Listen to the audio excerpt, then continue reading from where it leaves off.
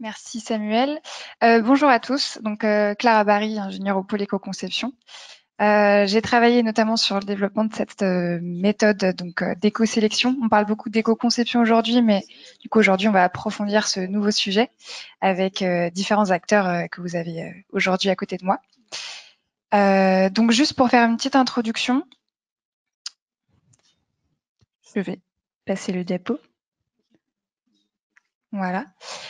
Donc aujourd'hui, l'éco-conception, ça prend en compte la pensée en cycle de vie avec les différentes étapes de l'extraction des matières premières jusqu'à la fin de vie, différents indicateurs d'impact et ça s'adresse à différentes catégories de produits. Et en éco-sélection, c'est le même processus. On va garder cette vision globale sur différents indicateurs, mais pour le coup, appliquer de façon différemment. Donc je vais pas en dire plus aujourd'hui vu que je vais laisser mes acteurs en parler un peu mieux que moi. Et d'ailleurs, je vais tout de suite leur proposer de se présenter. Donc Nathalie, je te donne la parole. Oui, merci Clara et merci pour cette invitation. Donc moi, je suis Nathalie Schumann et je travaille au sein de la direction produits internationale d'Auchan Retail, dans laquelle je suis responsable RSE. Et donc dans mes missions, j'ai effectivement le travail sur l'impact, notamment environnemental, de nos produits et aussi un volet communication responsable. Donc c'est une mission un peu de bout en bout sur nos produits. Voilà, j'ai une expérience de 20 ans dans l'industrie agroalimentaire, puis dans le retail. Et ça fait maintenant 3 ans que je travaille sur ce sujet au sein d'Auchan. Bonjour, Céline Scheer. Donc moi, je travaille à l'ADEME, Agence de la transition écologique. Merci pour l'invitation. Je suis ravie d'être parmi vous aujourd'hui. Et donc moi, je suis en charge de l'écolabel européen. Pour en 2 mots, l'écolabel européen, c'est le label qui est porté par la Commission européenne et du coup, je gère la gouvernance pour le compte du ministère de l'Environnement en France. Mais je vais redévelopper tout à l'heure. Bonjour à tous. Celui-là ne fonctionne pas. Bonjour à tous. Donc moi, c'est Florian Ribeiro. Je suis ingénieur conseil éco-conception et ma spécialité, c'est donc la communication environnementale, qui est un petit peu la suite, la fin du projet d'éco-sélection. J'en reparlerai un petit peu plus à la suite. Je suis sur ce sujet-là aujourd'hui parce que ça a été ma première thématique lorsque je suis arrivé au pôle éco-conception, que de rédiger un guide sur la thématique de la communication environnementale, d'en ressortir des formations, du conseil et d'aujourd'hui accompagner des entreprises sur cette thématique-là, donc l'étape finale de l'éco-conception et de l'éco-sélection. Merci Florian. Donc vous l'avez compris, on va parler éco-sélection, communication environnementale et notamment le lien avec l'écolabel européen. Et on va tout de suite commencer par définir qu'est-ce que l'éco-sélection, et en particulier chez Auchan, vu qu'ils ont mis en place ce type de démarche. Et donc ma question pour Nathalie, c'est pourquoi cette démarche-là d'éco-sélection et comment est-ce que vous avez choisi de la mettre en place? Oui, alors effectivement, c'est une démarche qu'on a choisi de mettre en place, ça fait un peu plus d'1 an maintenant. Alors c'est un projet qui s'inscrit totalement dans les ambitions du groupe. On a posé depuis maintenant quelques années une forte ambition en termes de stratégie de développement durable. On s'est engagé l'année dernière avec un plan climat ambitieux. On est engagé au SBT maintenant. Et au-delà du climat, on en parlait tout à l'heure, on souhaite vraiment être multi-critères, hein, puisqu'effectivement aujourd'hui il n'y a pas que l'enjeu du climat qui est à prendre en compte, mais beaucoup d'autres enjeux. D'autant plus qu'on est un distributeur généraliste, comme on dit, donc on a des produits aussi bien alimentaires que non alimentaires, donc beaucoup de typologies de produits et d'enjeux environnementaux différents à traiter. Et donc ce projet d'éco-sélection et d'éco-conception, finalement, ça s'inscrit totalement dans cette stratégie. On se définit souvent comme un sélectionneur et concepteur. Donc effectivement, on a un certain nombre de produits qu'on conçoit. Et donc l'éco-conception est une solution dans ce cas-là, mais on a aussi pas mal de produits, beaucoup de produits qu'on sélectionne. Et là, l'éco-conception finalement n'était pas une méthode qui était adaptée pour nous. Et c'est pour ça qu'on s'est tourné vers cette méthodologie qui était l'éco-sélection. Et donc l'objectif pour nous à travers ce projet, c'était de développer un référentiel d'éco-sélection transverse pour la totalité de nos produits au final. Donc on est en cours, hein, c'est un projet de longue haleine et qui permettent finalement de nous orienter, d'orienter nos équipes sur les bons enjeux et les bonnes démarches à mettre en place. Donc pour ce faire, on en parlera un petit peu tout à l'heure plus dans le détail, mais effectivement analyser les enjeux environnementaux principaux sur nos typologies de produits, et ça nous a permis de mettre en place un certain nombre de critères et de seuils dans ce fameux référentiel d'éco-sélection. Et ce référentiel a pour vocation à être utilisé par nos chefs de produits, par nos acheteurs, pour leur donner finalement les clés et les critères à intégrer dans leur cahier des charges quand on n'a pas la maîtrise vraiment de notre cahier des charges technique et de la conception de nos produits. Donc c'est un outil qui est vraiment complémentaire à l'éco-conception. Et donc, on a vraiment une définition maintenant interne de ce que c'est que pour nous un produit éco-sélectionné. Donc, c'est un produit qui doit répondre aux critères et aux seuils qui sont définis dans nos fiches guides qui font partie de référentiels. Et donc, ces fiches guides sont des fiches par typologie de produits, des fiches sectorielles qui permettent de nous guider dans ce travail. Donc, tout ça, c'est bien défini et c'est un outil qui au fur et à mesure, est mis en place et mis à disposition de nos équipes produits. Et vous le voyez sur la slide, finalement, il y a un fort lien aussi pour nous entre éco-conception et éco-sélection, puisque l'objectif de ce référentiel, c'est toujours d'être dans l'amélioration continue. Donc, les projets d'éco-conception qu'on pourra mener en parallèle vont nous permettre d'apprendre des choses et de venir enrichir ce référentiel. Et l'objectif, c'est que ce soit un référentiel qui vive, qui soit mis à jour régulièrement, puisque on a aussi certainement des réglementations qui évoluent, qu'il faudra venir réintégrer dans ce référentiel, des demandes clients aussi qui évoluent et qui peuvent peut-être de nouvelles demandes clients, des nouvelles attentes clients qui viendront aussi compléter des éléments de ce référentiel, on essaye de prendre aussi en compte les enjeux perçus. Donc voilà, donc c'est un référentiel qui a vocation à être revu régulièrement pour être toujours le plus à jour possible pour nos équipes. Merci Nathalie d'avoir présenté ce concept d'éco-sélection. Et maintenant, on va passer à l'écolabel européen. Donc, je vais demander à Céline de le présenter, de nous dire en quoi c'est un outil d'éco-conception. Et ensuite, on verra comment ça s'intègre dans une démarche d'éco-sélection, justement. Merci. Donc du coup, pour faire un peu plus le lien sur des outils concrets justement pour guider l'entreprise, je dirais, qui veut mettre sur le marché des produits éco-conçus, qu'on soit acheteur professionnel ou distributeur dans le cadre de développement de marques distributeurs ou en tant que consommateur.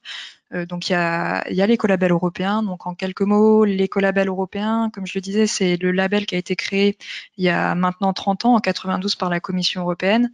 Et l'objectif, c'était de pouvoir aider les entreprises, les consommateurs, les acheteurs à identifier des produits qui soient plus respectueux de l'environnement avec une approche cycle de vie et multicritères. On en a déjà pas mal parlé, hein, l'intérêt de pas uniquement s'intéresser à l'aspect recyclabilité locale, etc. L'écolabel européen, il va vraiment tout prendre en compte, que ça soit sur l'approvisionnement, la fabrication, l'utilisation et la fin de vie. Et il ne s'intéresse pas uniquement aux gaz à effet de serre. Hein. On va parler aussi de biodégradabilité, toxicité, etc., utilisation des matières premières. Donc ça va très loin. Et aussi d'avoir un produit plus respectueux de la santé, que ça soit sur les sites de fabrication ou auprès des consommateurs, avec le remplacement de substances dangereuses par des substances plus sûres, ou la prise en compte de la qualité de l'air, notamment par exemple pour la peinture, les pots de peinture avec les COV. Ce qui est intéressant de noter, donc ça c'est le seul label qui fait ça actuellement, et puis enfin finalement c'est le seul garant quand vous achetez un produit, c'est l'efficacité, l'écolabel garantit l'efficacité de votre produit ou de votre service. Donc ça veut dire que l'entreprise qui a le droit d'apposer ce logo écolabel que vous voyez sur la diapositive, finalement, il va devoir passer des tests de performance pour s'assurer finalement que le produit il atteint des performances satisfaisantes. Et en plus, par exemple, si on prend l'exemple de la peinture, s'il faut mettre 2 fois plus de peinture pour avoir un effet couvrant ou 2 fois plus de lessive pour avoir un linge propre, finalement, l'impact environnemental il sera pas moindre. Donc c'est vraiment un sujet très important quand on parle aussi d'éco-conception, c'est à performance constante. À noter également qu'il y a des critères, l'entreprise qui utilise l'écolabel européen, il doit répondre à un certain nombre de critères qui sont révisés régulièrement, c'est en moyenne tous les 6 ans. Donc voilà, on estime que pour être toujours ambitieux, finalement, comme ça va très vite aussi, les enjeux environnementaux et sanitaires évoluent très rapidement. Donc voilà, il y a des révisions très régulières qui sont faites des référentiels pour toujours être sur un label exigeant. Et ça, c'est fait au niveau français et européen avec des ONG, les administrations, les entreprises, les fédérations. Donc tout est fait en concertation et tout ça est fait aussi sur des études, des bases scientifiques faites par la Commission européenne qui font des rapports techniques très poussés sur les dernières avancées environnementales et sanitaires. Et enfin, l'écolabel en quelques chiffres. Donc actuellement, on est sur 23 catégories de produits et de services couverts. Donc là, je vous ai mis des petits logos, mais voilà, on va de tout ce qui est détergent aux produits cosmétiques, à la papeterie, aux produits d'hygiène absorbants, couche bébé, protection d'hygiène féminine, au mobilier, textile, sol, peinture, amendement organique, papeterie, chaussures, hébergement touristique, services de nettoyage et lubrifiant. Donc ça balaye quand même un certain nombre de produits de la consommation courante.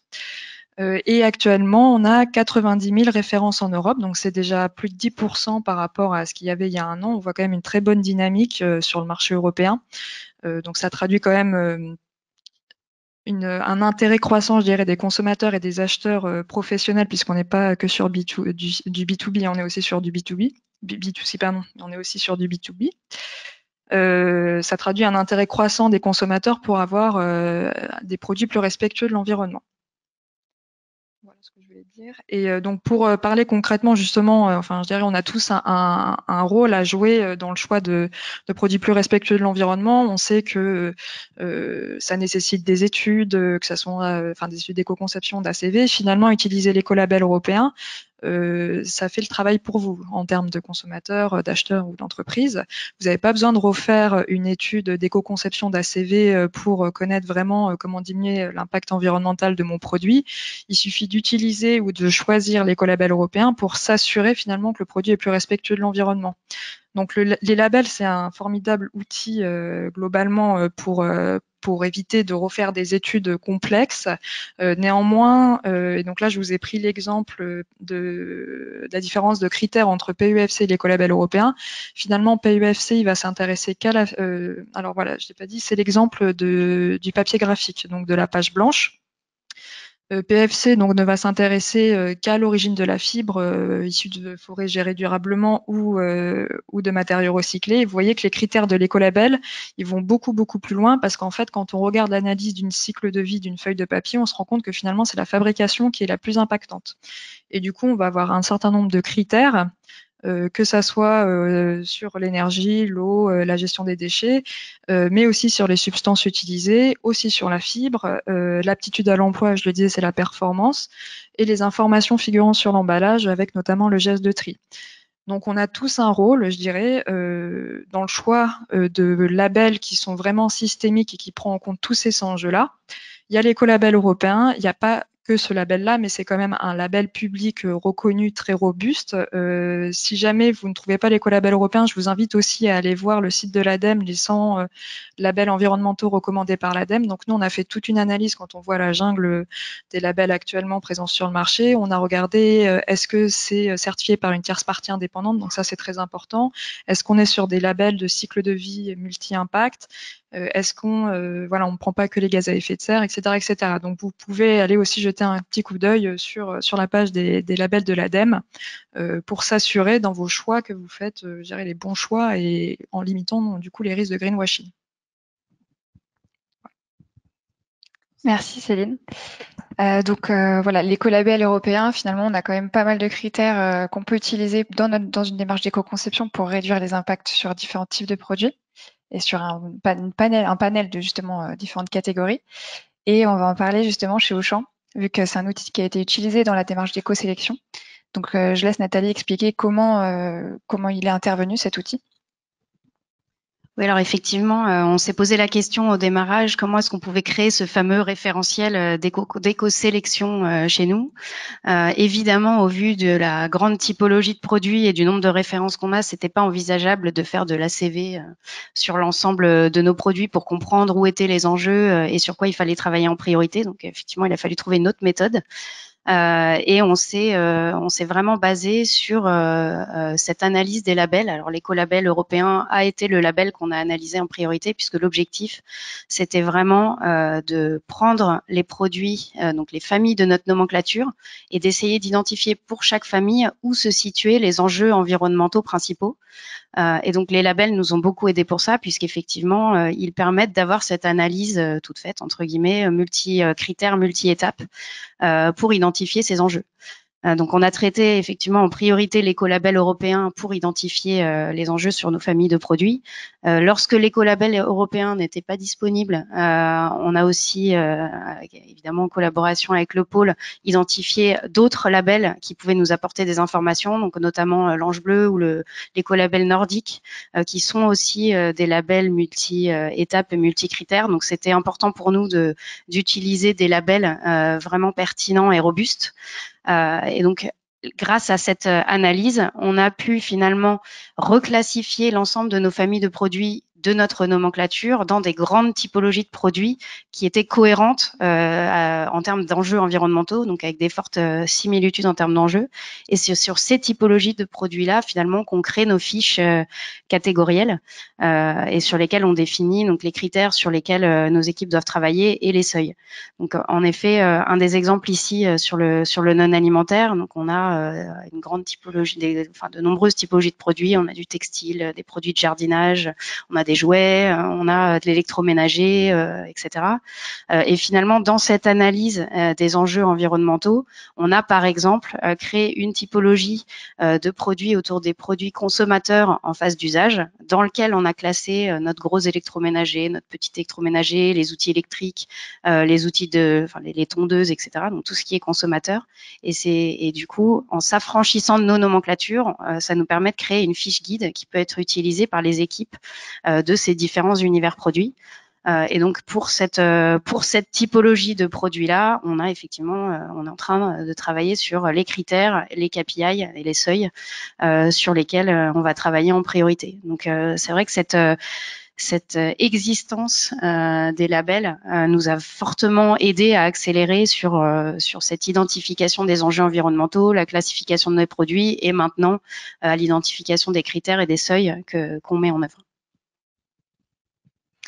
Donc pour continuer sur ce sujet, pour le coup là on a quand même une bonne vision des étapes qui ont été mises en place pour mettre en œuvre cette démarche chez Auchan. Et pour le coup, est-ce que Nathalie, tu aurais des exemples de stratégies concrètes que l'éco-sélection vous a permis de mettre en place? Oui, donc là j'ai pris un exemple sur la typologie des produits textiles. Alors, ce que je disais juste avant, c'est que c'est effectivement des fiches catégorielles. Donc aujourd'hui, quand on parle de produits textiles, on va pouvoir traiter aussi bien de l'habillement que du textile dans des produits de jardin, par exemple, sur des chaises longues ou des coussins, par exemple, des produits de décoration, des produits de textile de maison, donc du linge de lit, du linge de toilette. Tout ça, en fait, on va pouvoir le traiter à travers notre référentiel textile. Et donc, vous le voyez, dans cette partie textile de notre référentiel, on a créé 4 grandes fiches guides qui permettent de définir un certain nombre de critères. Donc, on a un premier guide qui correspond au choix des matières. Donc, ce que vous voyez, l'objectif, c'est pas de voir tous les détails, mais ce que vous voyez là, c'est un tableau de choix de matières qu'on a créé pour les équipes. Et donc, en fonction de critères environnementaux, en fait, on leur dit quelle matière peut être considérée dans l'éco-sélection ou non. Donc, c'est un tableau très clair. Il n'y a pas matière à interprétation. On a sur le côté listé les matières qu'on utilise et elles ont une classification très claire. Donc, ça, c'est le premier guide qui a été créé. Le deuxième guide, il concerne la durabilité des produits. Donc là, on s'est appuyé sur un certain nombre d'informations aussi récupérées sur les travaux de Refashion notamment. Et donc par typologie, alors on a commencé par l'habillement parce que c'est là où il y a effectivement le plus d'enjeux en termes de durabilité aujourd'hui. Et donc là, pour chacune de nos typologies de produits, on a défini les tests à mettre en œuvre de durabilité sur nos différents produits et les seuils qu'on souhaite atteindre pour que le produit soit considéré comme éco-sélectionné. On a aussi un guide de fin de vie, notamment sur les textiles, donc avec un certain nombre de recommandations sur le nombre de matières maximum dans le produit, le taux d'élastane, etc., pour que le produit puisse potentiellement être recyclé en fin de vie. Et puis, puisque la phase de fabrication est souvent une phase très importante, on a créé aussi un questionnaire qu'on appelle le Factory Assessment, qui permet d'interroger le fournisseur qui fabriquera le produit éco-sélectionné ou même éco-conçu quand on est dans le cas de projets d'éco-conception, sur la gestion de leur usine. Donc on a un certain nombre de questions sur la gestion des effluents, la gestion des déchets, sur la consommation d'énergie, d'eau, etc. Et donc ça, c'est un questionnaire qui est obligatoire aussi pour tout projet de produits éco-sélectionnés ou éco-conçus pour vraiment bien tenir compte de cette phase de fabrication, avec un objectif de déployer un audit environnemental par la suite, puisque ça, c'est un questionnaire d'auto-évaluation au départ, mais en tout cas, l'usine sélectionnée fera aussi l'objet d'un audit environnemental par la suite. Donc voilà, donc ça, c'est la composition de notre référentiel textile, et donc ces fiches guides doivent être appliquées par les équipes. Et effectivement, tout produit les produits sur lesquels on va communiquer en termes d'éco-sélection notamment, devront répondre aux critères et seuils qui sont intégrés dans ces fiches guides. Donc ça donne un cadre très clair aussi pour la communication, puisque si le produit ne répond pas à ces critères-là, il ne pourra pas mettre en avant des critères environnementaux dans la communication également. Donc ça fait aussi un fort lien avec cette partie-là. Merci Nathalie. Justement, maintenant qu'on a vu à quoi on peut aboutir comme stratégie, comment est-ce qu'on les valorise et quelle est la place de la communication dans cette démarche d'éco-sélection? Là, je m'adresse à Florian, du coup, notre expert. Du coup, pour enchaîner sur la partie communication, on part déjà d'une problématique où on a un grand nombre de références. Donc communiquer, quand on a un grand nombre de références comme Auchan, c'est pas du tout la même manière de réfléchir que si on était une petite entreprise avec une ou deux références qui rentreraient dans une ou deux catégories de communication. Donc, en partant de ce constat-là et en allant voir les différents types de communication qui existent, je vais vous les expliquer un à un. Je vais essayer de vous montrer maintenant vers quoi on tend pour créer la communication, parce qu'on est encore en cours de projet et que la communication n'est pas aboutie à l'heure actuelle. Donc, on est encore dans la préparation en plein projet. Donc au niveau des différents types de communication et des différentes possibilités qu'on a en communication environnementale, elles sont en lien avec la série de normes ISO 14020 que vous voyez à l'écran. Donc il y a plusieurs normes. D'abord une norme chapeau qui cadre l'ensemble des types de communication. Donc c'est la norme ISO 14020. Et ensuite des normes en dessous, en quelque sorte, en lien avec différents types de communication.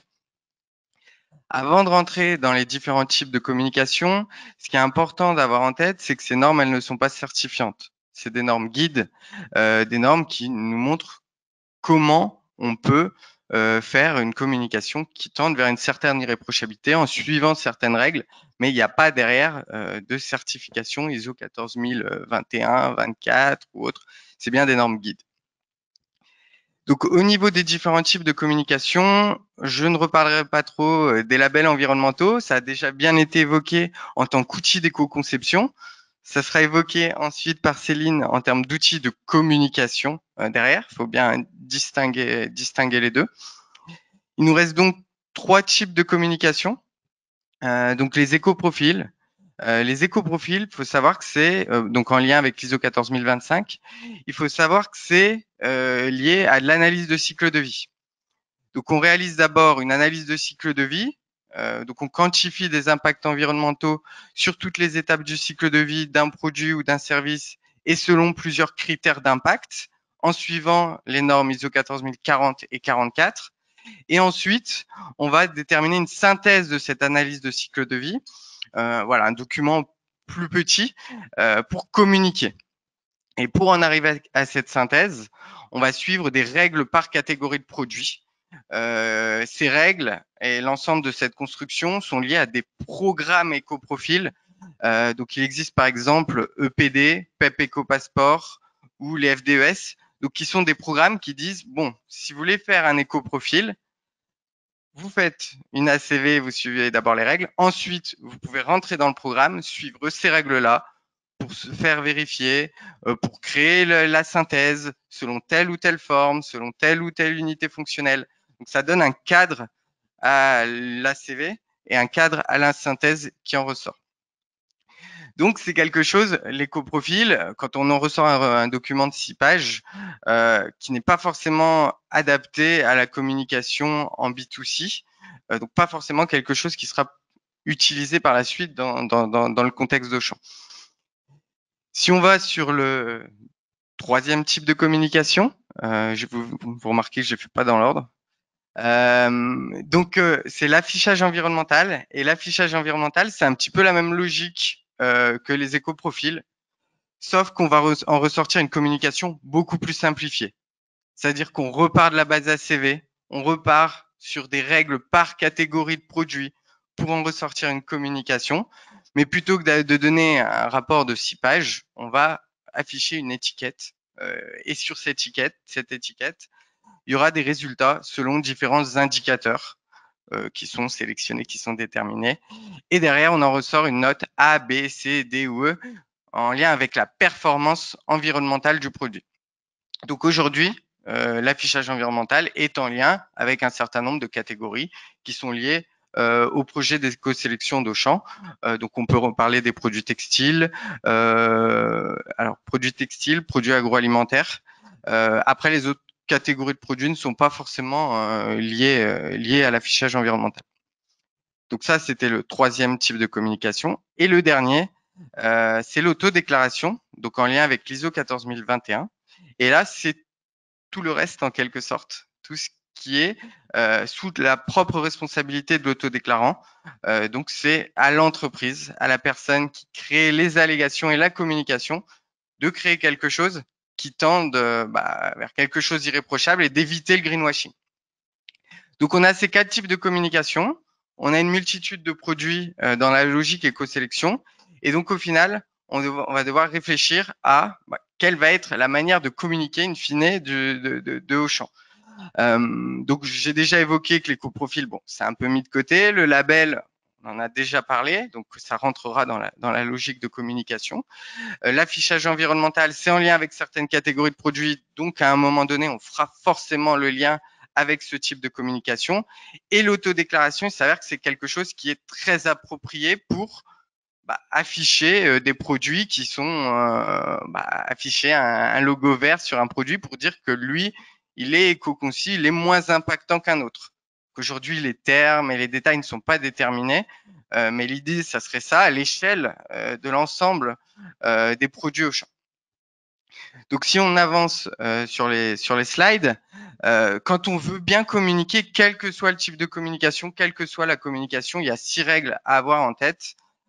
4 qui sont en lien avec la norme ISO 14020 que vous avez vu avant.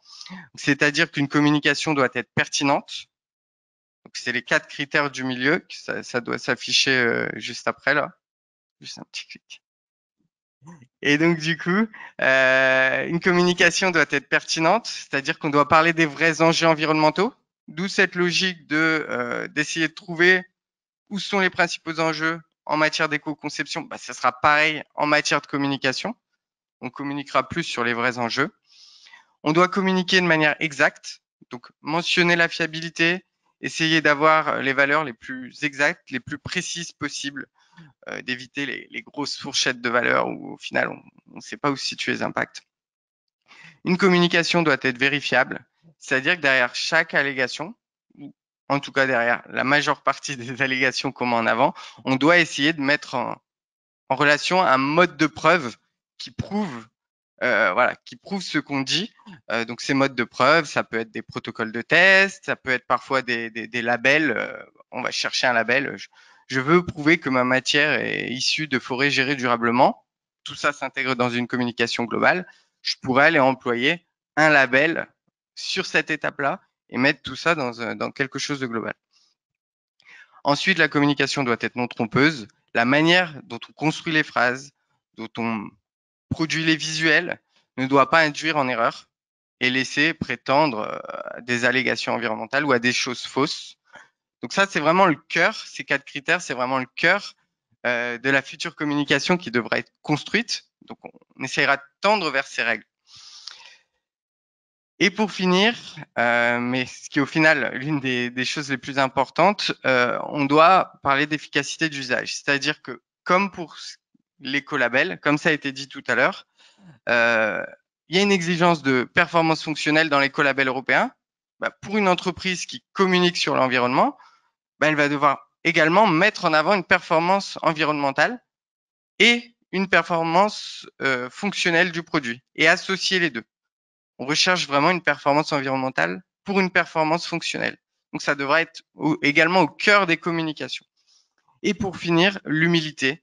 L'humilité, même si on respecte l'ensemble des autres règles et qu'on est un petit peu trop prétentieux, on risque de très vite être suspecté de greenwashing, même si les choses sont réelles, qui sont mises en avant. Donc voilà, avec l'ensemble de ces règles, ça crée une base pour créer les futures communications et donc le système de communication qui s'organisera en plusieurs phases, c'est-à-dire une vision générale, c'est-à-dire on a un système de communication, on dit bon, mon produit va avoir une note A, B, C, D ou E. Donc ça, je donne une notation à mon produit. Ou alors, ce qui est plutôt évoqué aujourd'hui, c'est mon produit va avoir un marqueur, quelque chose qui affiche que le produit est intéressant d'un point de vue environnemental. Donc tout ça, on peut l'expliquer au niveau global sur l'ensemble des produits de l'ensemble de l'activité d'Auchan. Et derrière, au niveau de chaque produit, afficher quelque chose. Donc afficher un logo, un pictogramme, un visuel associé potentiellement à du concret. C'est-à-dire, mon produit intègre X% de matière recyclée. Mon produit a une durée de vie allongée, une consommation à l'usage qui a été réduite de X%. Donc du concret associé à un marqueur environnemental. Donc c'est des choses qui peuvent se faire avec une organisation sur l'ensemble de la communication et sur l'ensemble des produits Auchan.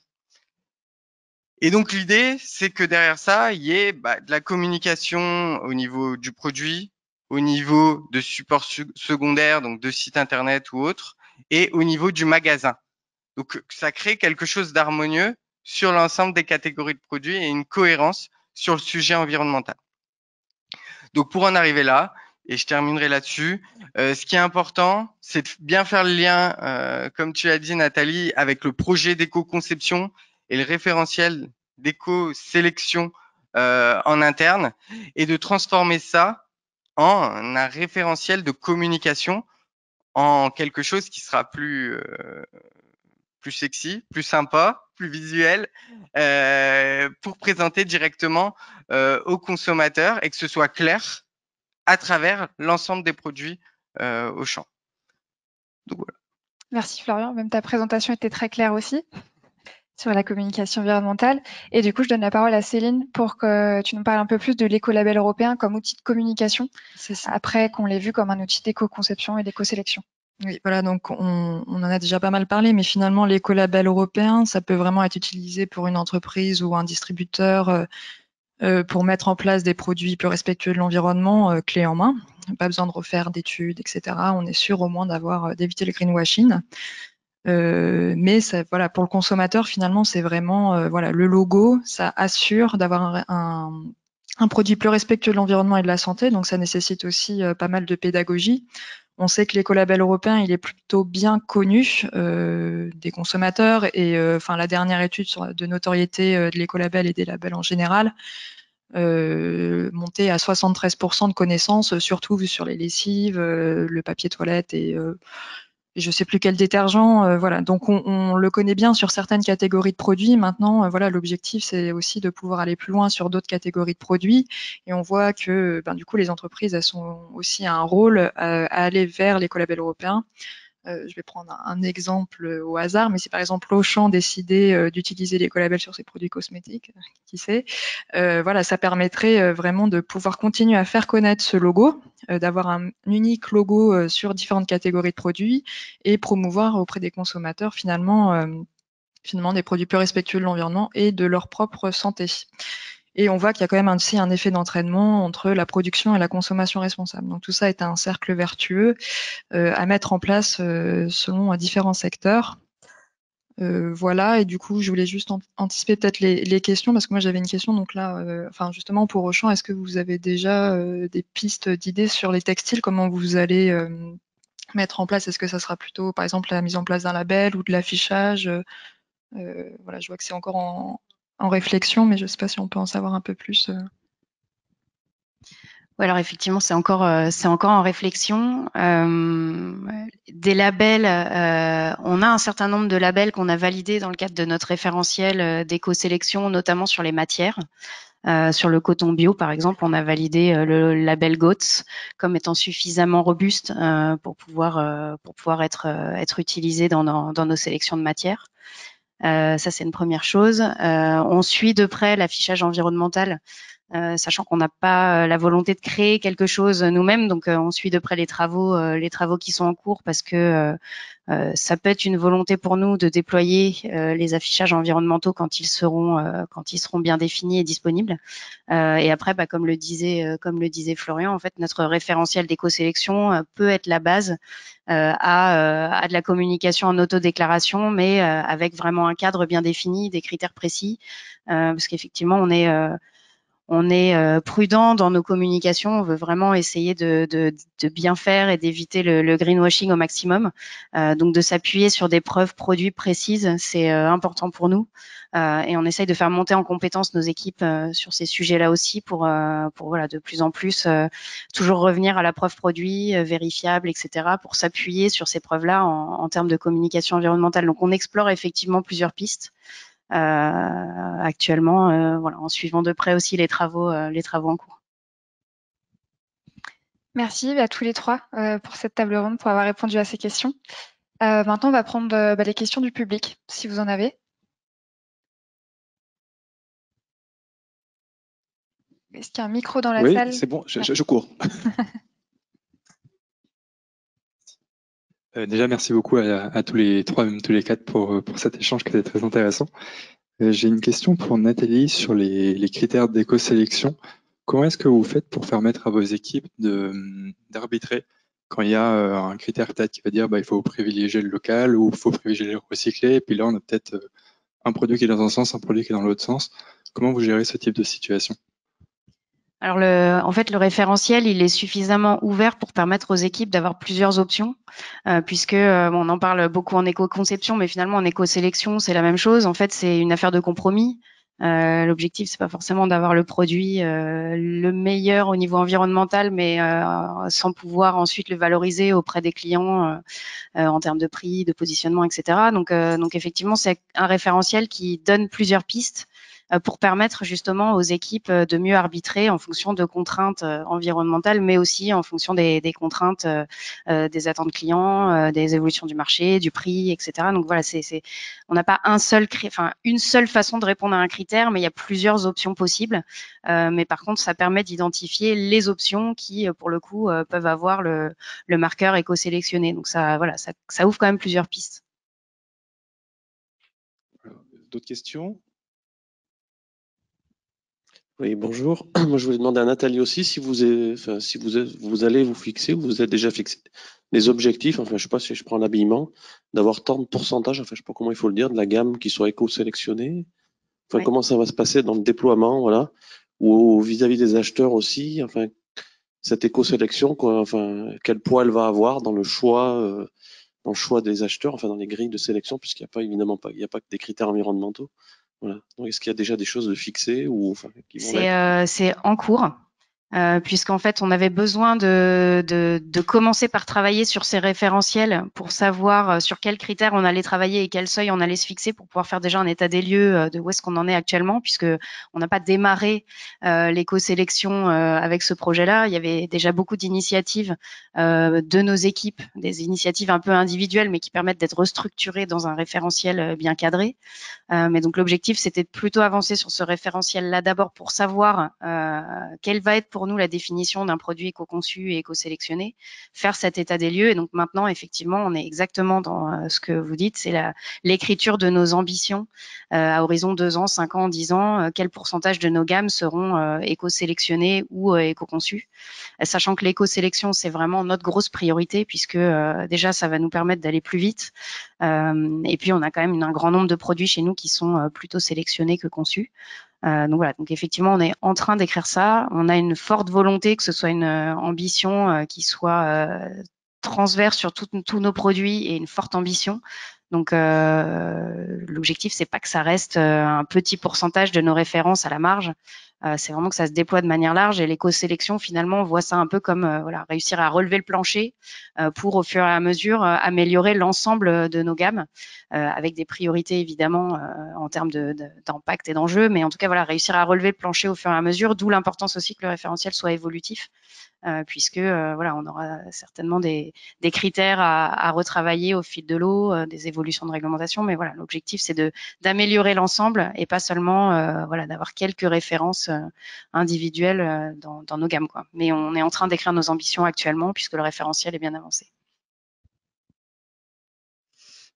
Merci en tout cas pour ce projet qui je pense alors je sais pas depuis combien de temps il est en cours de déploiement et de création, et si vous pouvez donner des pistes de réponse sur justement le temps et le nombre de personnes impliquées et peut-être les efforts internes que ça demande. En tout cas, moi, ça m'intéresserait d'avoir un retour d'expérience là-dessus. Et je voudrais rebondir sur la première question en termes de critères de choix, critères de sélection.